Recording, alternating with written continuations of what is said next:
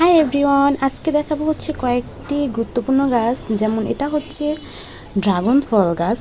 আমরা তো কম বেশি সব জায়গায় ড্রাগন ফল দেখতে পাই বাজারে এবং প্রত্যেকটা জায়গায়, কিন্তু ড্রাগন ফল কি কখনোই আমরা বাসায় লাগিয়ে দেখেছি?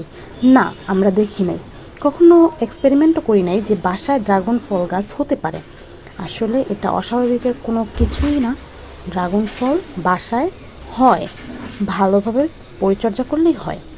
এরপরে আমি আসবো একটা গাছ দেখাবো, যে এটা আমি আসলে চিনতে পারি নাই। যাই হোক, পরে যেটা দেখাবো সেটা আরও খুবই সুন্দর একটি গাছ, বাট আমি নাম জানি না। আপনারা জানলে অবশ্যই আমাকে বলবেন। এই ফলটা আমি কখনো দেখছি বলে আমার মনে হয় না।